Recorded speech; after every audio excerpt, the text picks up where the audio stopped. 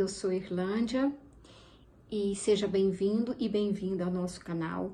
Este espaço é um espaço de liberdade para dizer a sua palavra, para compartilhar das nossas experiências.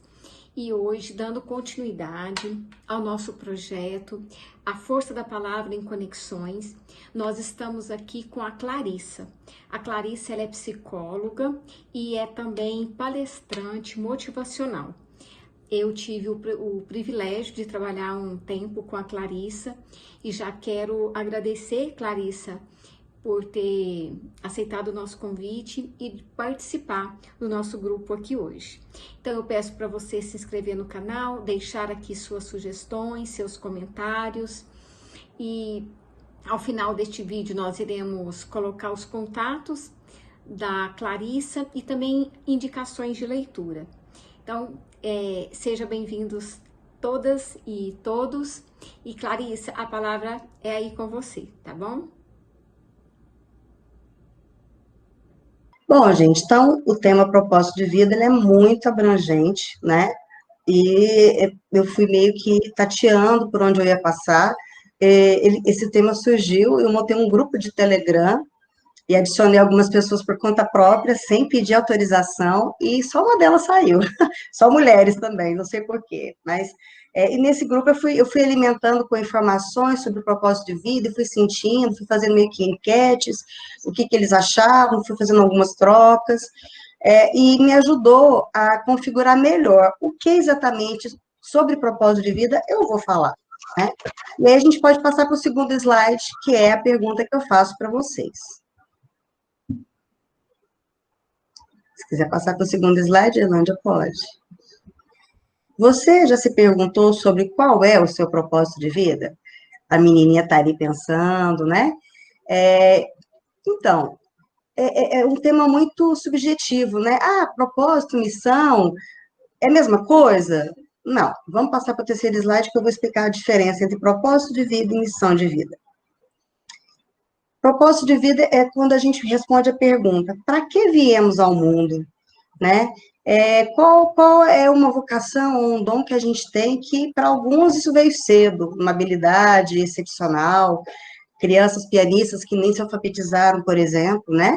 Ou uma habilidade de desmontar e consertar coisas, uma habilidade mecânica que não tem nenhum conhecimento teórico que respalde. Então, a pergunta para que viemos ao mundo, ela responderá, então, o que a gente entende ou pensa ser o nosso propósito de vida. Agora, o que a gente tem que fazer para desenvolver esses dons e alcançar o nosso propósito, isso nós chamamos de missão. Ah, então não é a mesma coisa, missão e propósito? Não, apesar que todos se referem à mesma coisa, o objetivo de vida, o sentido de vida.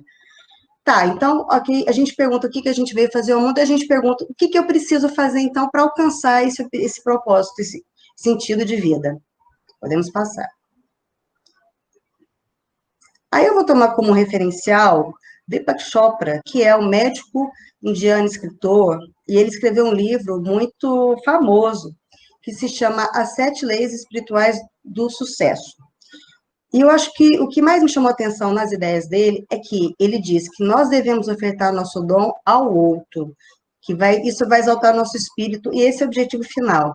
E eu concordo, porque por mais que às vezes o nosso dom, habilidade ou um trabalho que a gente desenvolve nessa linha seja às vezes solitário, como por exemplo um escritor, que ele vai escrever o livro e depois é que os seus leitores vão poder apreciar e gostar do livro, sempre é para o outro, sempre é para o outro.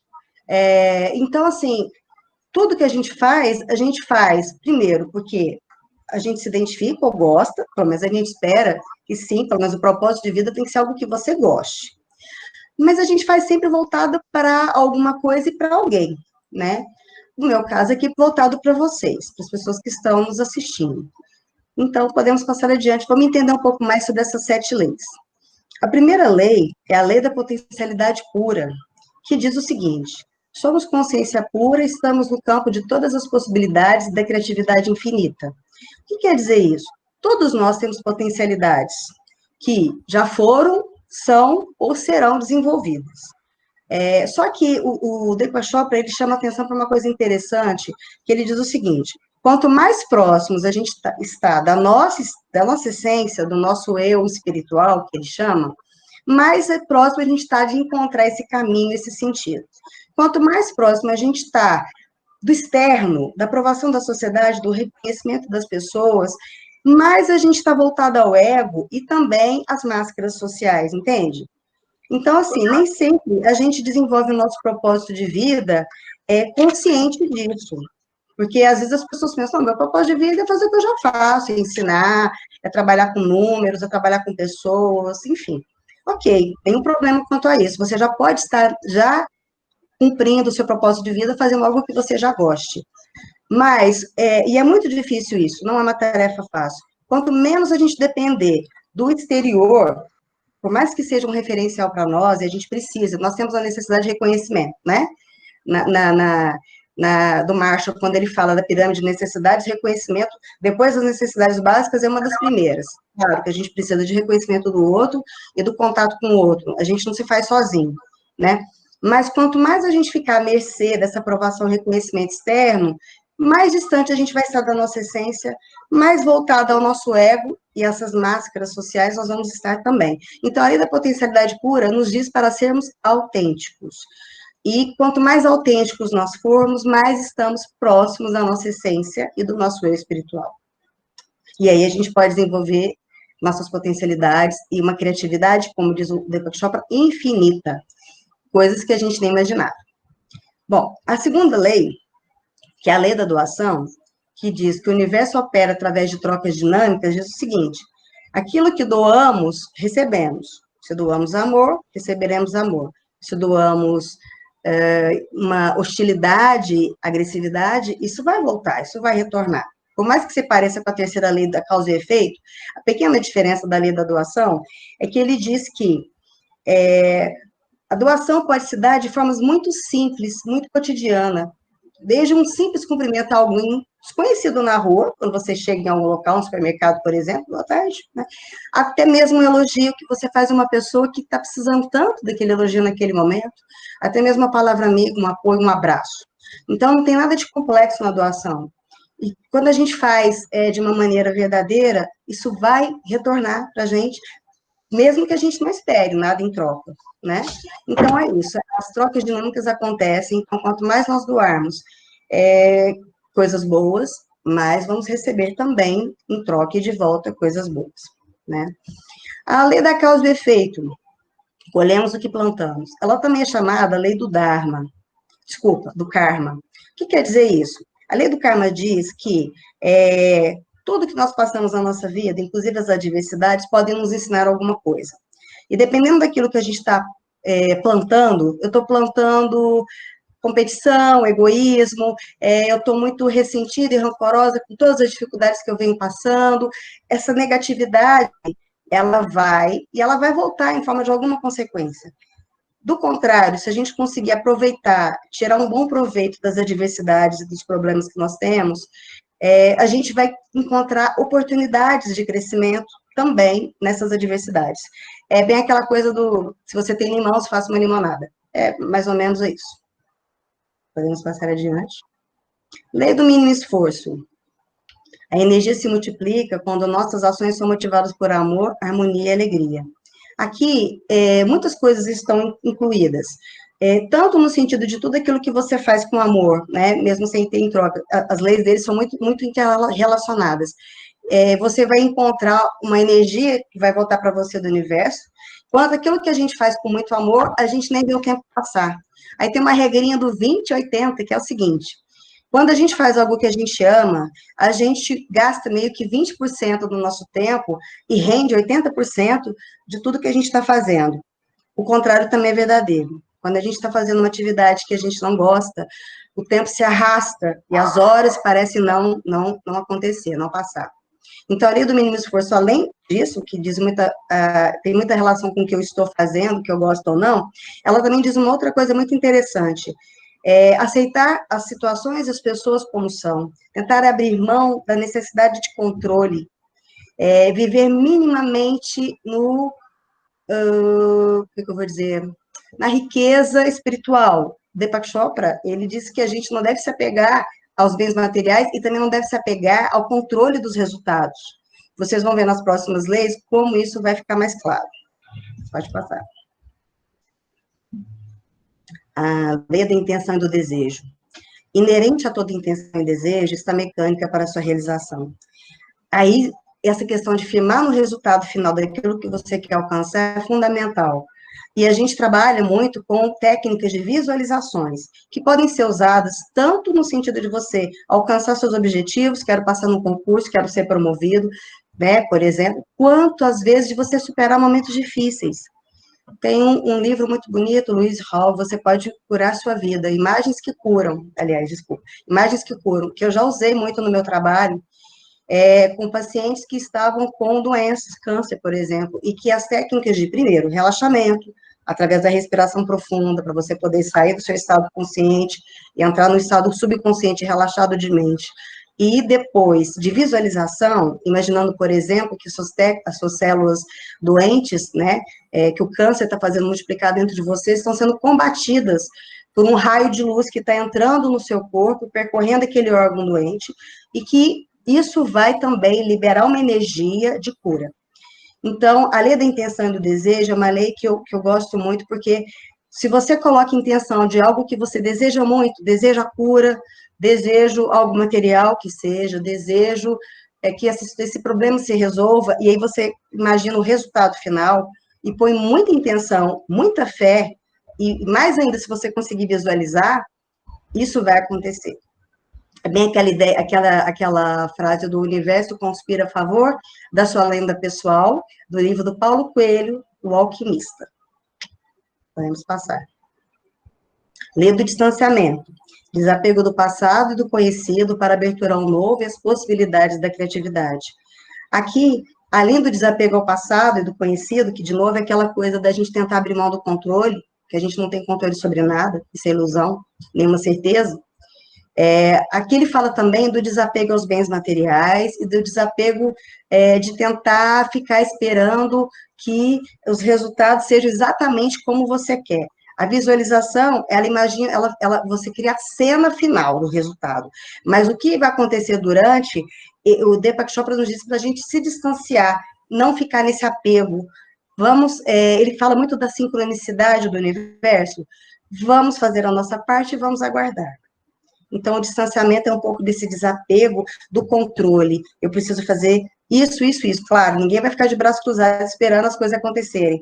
A gente vai fazer a nossa parte, mas sem tanto apego e controle do que realmente a gente quer alcançar. É só o resultado final. Eu quero a cura. Como essa cura vai se dar? Não sei. Eu quero a promoção? Em que momento isso vai acontecer? Não sei, mas eu quero. Eu tenho essa intenção. Entende? Podemos passar. Essa é a lei principal, lei do Dharma ou do propósito da vida. Descobrir nosso verdadeiro eu, expressar nossos talentos especiais e ofertá-los aos outros, servindo à humanidade. Grandes ícones o fizeram, como Mahatma Gandhi e Maria Teresa de Calcutá. Aqui eu quero contar uma história, um pouquinho de cada um. O Mahatma Gandhi, na verdade, ele obteve esse Mahatma, que na verdade é Mahatma, em sânscrito, foi um título honorífico que ele recebeu na África do Sul em 2003, e que a partir daí ele ficou conhecido assim, pelo mundo todo. E sabe o que significa, em sânscrito? O venerável, grande alma. Porque foi uma pessoa que se dedicou à pacificação de conflitos da Índia, nesse movimento que a Índia apresentou de resistência visando a independência do Reino Unido. Mas, curiosamente, uma vez eu dei uma aula sobre grandes líderes, o Gandhi, antes dele ir para esse caminho pacifista, ele era uma pessoa violenta em casa. E aí tem uma frase linda que ele fala que ele aprendeu a duras penas, que só o amor faz com que as pessoas consigam obter os seus objetivos. Tanto que foi sem violência que essa resistência, esse movimento de independência da Índia em relação ao Reino Unido conseguiu obter êxito. Madre Teresa de Calcutá foi uma grande missionária. Ela foi... Agora eu vou olhar minha cola. Ela era uma religiosa católica de etnia albanesa, naturalizada indiana. Gente, tudo indiano, né? Deepak Chopra, o Mahatma Gandhi e a Maria Teresa de Calcutá, Madre Teresa de Calcutá. Ela ficou conhecida como a padroeira dos pobres incapacitados, foi beatificada em 2003, em Roma, pelo Papa João II, e canonizada, tornada santa em 2016 pelo Papa Francisco, na Praça São Pedro, Vaticano. O que a Madre Teresa de Calcutá e o Mahatma Gandhi têm em comum? Eles serviram a humanidade. Eles usaram o dom que eles tinham da caridade, da pacificidade, e serviram a humanidade. Então, são tidos como grandes exemplos para nós. Pode passar. Esse é outro também, Viktor Frankl, neuropsiquiatra austríaco, fundador da logoterapia ou teoria existencial. A história dele é muito linda. Esse livro, Em Busca de Sentido, é um livro de memórias que ele começou a escrever e continuou a escrever nos campos de concentração nazista durante a Segunda Guerra Mundial, de 1942 a 1945, porque ele descobriu que ele precisava manter um sentido, e o sentido dele era concluir o manuscrito, um dia se tornaria um livro, e principalmente, ele sabia que a família dele o estava esperando. E aí, uma das frases mais importantes da essência desse livro, Em Busca do Sentido, quer dizer, o significado da vida depende de 3 fatores: ter algo no que trabalhar, um projeto, no caso dele, um manuscrito que se tornaria um livro de grande sucesso, um best-seller, alguém para amar, uma relação significativa, a minha família está me esperando, eu ainda vou encontrar minha mulher, eu ainda vou encontrar meu filho, e uma visão redentora do sofrimento, aprender com os erros e aprender que o sofrimento, ele ensina, acaba nos deixando mais resistentes com o tempo. Imagina, como é que ele conseguiu sobreviver por 3 anos no campo de concentração e ainda conseguir escrever um manuscrito que ele tinha certeza que ele publicaria. E ele observou que muitas pessoas que, assim como ele, mantinham algum propósito, não, quando eu sair daqui eu vou voltar para minha loja de relojaria, eu vou montar minha alfaiataria, enfim, isso os mantinha vivos, ao contrário daqueles que perderam esperança e, movidos por um total desamparo, acabavam sendo os escolhidos para morrerem na câmara de gás, ou participarem daquelas experiências loucas, né? Bom, e aí tudo isso nos ensina que a coragem é a capacidade de agir, apesar do medo. Imagina o medo que ele não sentiu, gente. O Viktor Frankl, nos campos de concentração, vendo a gente sendo morta, mas ele manteve, ele continuou. O medo de não conseguir pode procrastinar uma ação. Então, se eu ficar assim, não, eu não vou nem tentar. Vai que lá na hora da roda de conversa, começa a gaguejar, vai que eu não vou dar certo, vai que o pessoal não goste, não vou nem tentar. Mas se eu não tentar, como é que eu vou saber? Como é que eu vou aprender? Então, é aquela velha história. Essa frase não é minha, mas ela tem sido muito emblemática para mim. Melhor o feito imperfeito que o perfeito nunca feito. Pode passar. As mudanças começam internamente, possibilitando uma versão aprimorada de nós mesmos. É possível redescobrir a cada momento o que realmente faz sentido para nós. Então, não é porque a gente, desde pequenininho, desenvolveu um dom, ou que a gente ainda não encontrou com o nosso propósito, ainda não sei qual é o meu propósito, que a gente vai perder as esperanças, porque isso vai se renovando. Eu nunca imaginava, há 3 anos atrás, estar aqui, ministrando uma aula pela internet, ter tanto gosto por isso. Apesar que no íntimo sempre essa coisa de ensinar me fascinou, sempre foi uma coisa que eu gostei. E essa coisa de redescobrir, a gente pode ir mudando, a gente vai mudando as prioridades de vida, a gente vai mudando o nosso foco, e nesse momento eu estou redescobrindo, eu sou um exemplo de que eu estou redescobrindo aquilo que realmente faz sentido para mim. E é por dentro que as coisas começam, e não por fora. Devemos usar os erros como guias, e não como obstáculos. Os resultados virão no momento oportuno, pois há que se esperar o tempo certo da colheita. E aí o Deepak Chopra fala isso, né, do desapego, né? A gente tem que ter uma intenção de conseguir alguma coisa, a gente visualiza o resultado final, mas a gente se desapega de ficar esperando os resultados de uma forma imediata. Porque aí, de novo, a gente fica frustrado esperando sempre a aprovação externa. Então, errando que se aprende, não é? E a gente tem que ter essa paciência de aguardar que os resultados venham, mas enquanto isso, saborear essa caminhada. E o Vincent van Gogh, né, um grande nome da arte, ele foi um exemplo típico disso, de quanto ele foi reconhecido posteriormente após sua morte como um artista do expressionismo, pós-impressionismo e expressionismo, que é o quê? Expressar Sentimentos e emoção através de sua arte. Esse é um autorretrato que ele mesmo pintou, e ele tem vários quadros, Girassóis, entre tantos outros. Ele tem uma história triste da vida dele, ele tinha um transtorno de humor bipolar, que nos momentos graves, né, de depressão, ele chegou a cortar a própria orelha. E mesmo assim ele continuou com a sua obra maravilhosa. E o que manteve Vincent Van Gogh persistindo na sua obra, sendo que na época ninguém dava valor? Autovalidação ou validação interna. Eu preciso ter um sentimento de que o que eu faço é bom, de que o que eu faço é algo importante, primeiro para mim, depois para o outro. Porque aí eu tenho paciência de aguardar os resultados. No caso dele, coitado, nem isso, porque ele morreu e depois que ele foi ser reconhecido. Mas só assim, tendo essa validação interna, gostando do que eu faço, valorizando o que eu faço, é que eu vou conseguir manter, apesar das dificuldades, das oscilações, né? No caso de um vendedor, das poucas vendas. É basicamente isso, a gente tem que acreditar na gente mesmo e naquilo que a gente faz. E, por fim, uma frase linda, que é do Dostoiévski, daquele livro... Ai, agora esqueci. Esqueci. Um nome muito bonito do livro, que é o seguinte: sonhamos o voo, mas tememos a altura. Para voar, é preciso enfrentar o medo do vazio, porque é somente nele que o voo acontece. O vazio é o espaço da liberdade e a ausência de certezas. Mas esse é o nosso temor, e por isso trocamos o voo por gaiolas, onde as certezas morrem. Essa é a mensagem que eu passo para vocês.